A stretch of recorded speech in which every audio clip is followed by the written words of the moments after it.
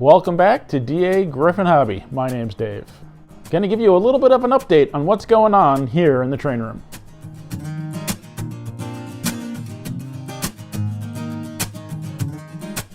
First, this is very exciting to me. My special York train show shirt finally came in. A little late for the show, but plenty in time for the next one. I really like the way it turned out. I'm just disappointed it took so long for them to get it to me. But the final product is nice, and I'm happy to have it. It is officially cold in the train room. We were doing real well for a while with some really nice, unseasonably warm temperatures, but that has ended, and it's cold. I've got my little space heater on right now, and maybe it's warmed up to about 48 degrees. I'm wrapped up like an old grandma, but I'm still happy to be out here. I didn't get the new windows in the garage like I had hoped for this winter. Sometimes my needs, understandably, take a backseat to the rest of the family, and I'm perfectly fine with that, and I'm okay with being cold. It's just gonna make making videos a little difficult. I have a new couch out here that you may have seen show up in other videos. It's a nice little love seat. We needed to move it out of the house so that we'd have room to do our Lego layout, which is going to be a lot of fun. I don't know if anybody here is interested in Lego and Lego trains, but I hopefully will be doing some videos and probably sharing those to my other account, DAGryffyn Lego. I really haven't done anything with that channel yet because the Lego's been mostly in the basement, but it's come back up. Everything's on the first floor. We are slowly reorganizing after years of my Lego being terrorized by the kids.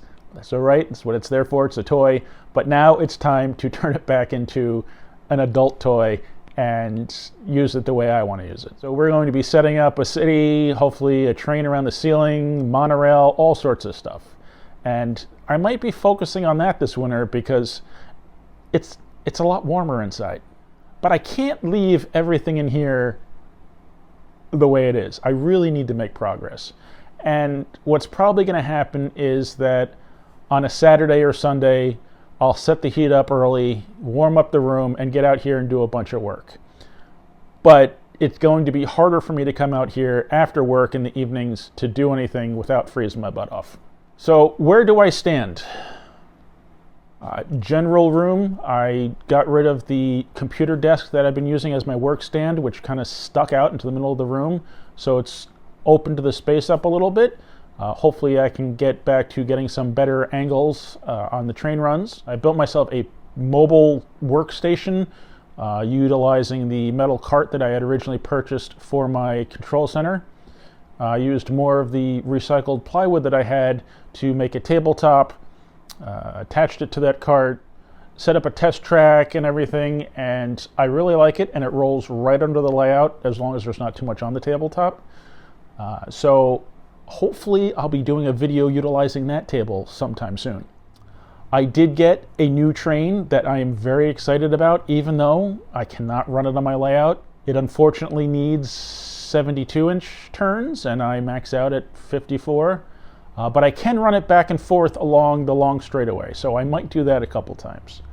What is it? Well, it was a gift from my uncle. He had picked it up a few years back, and he knew that I would appreciate it.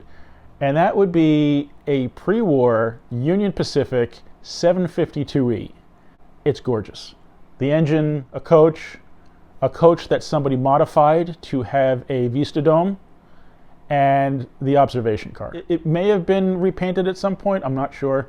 It's in pretty nice shape. Only one car has the sagging frame on it, and it's not that bad. The engine works, but when I put the whole train on the layout, it shorts out, so I've got some wiring issues to look at. Whether it's just a wire inside or if one of the trucks is shorting, I'm not sure yet. So I will hopefully at some point be able to do a video on that sweet set. It is disappointing that I don't have the 72-inch turns to run it on, but that's life. Maybe I'll make another layout somewhere. Put a loop around the ceiling or on the floor, who knows. It's a little unfortunate. It got really cold just as I was about to completely rewire the layout. It's hard to know what information is accurate and what's opinion and all that, and I made a poor choice and I have no problem admitting to that. I didn't really understand the copper-clad aluminum thing until now, so I'm glad I learned that, because now I know for the future not to use that stuff. I'm kind of wondering what the point of the stuff is, other than being cheap. I mean, would I really want to use it for anything? I'm not sure. But I have plenty of it, so maybe I'll use it for really low voltage things, or things that won't draw much amperage. I don't know. But I got the new wire. I think it will be sufficient. Okay, I'm kidding. This was a power wire to a car stereo, and I just happened to have it sitting here, and I thought, haha, that's funny. Anyway, no.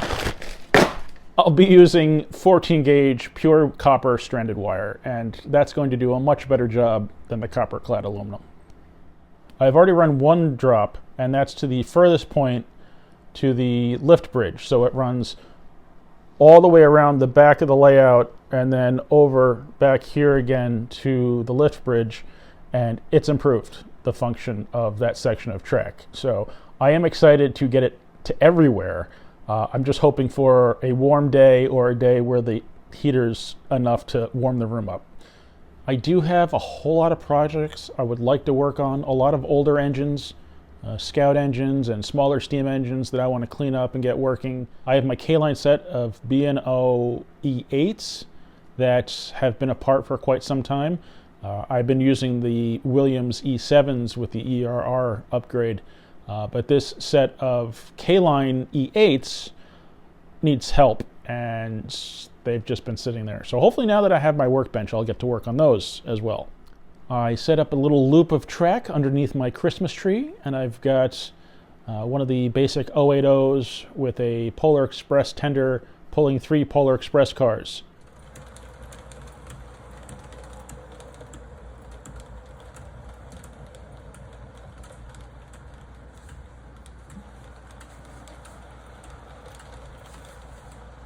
I'm enjoying that, and that might be the majority of the train I get to see running for quite some time.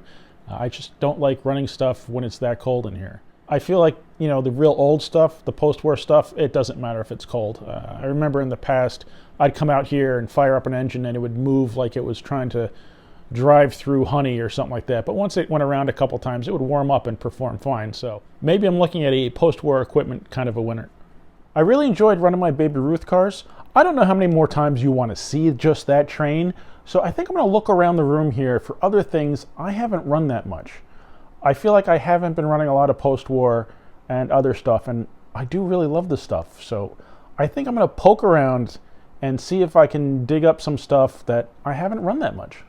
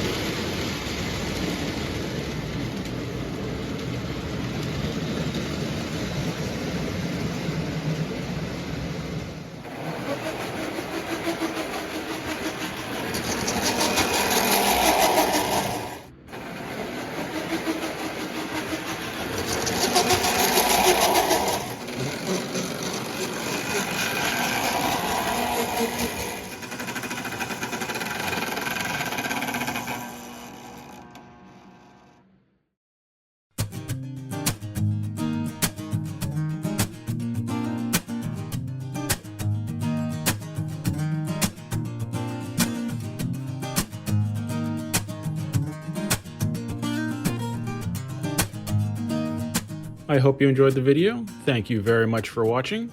Please remember to like, comment, subscribe, and I'll see you next time on DAGryffyn Hobby.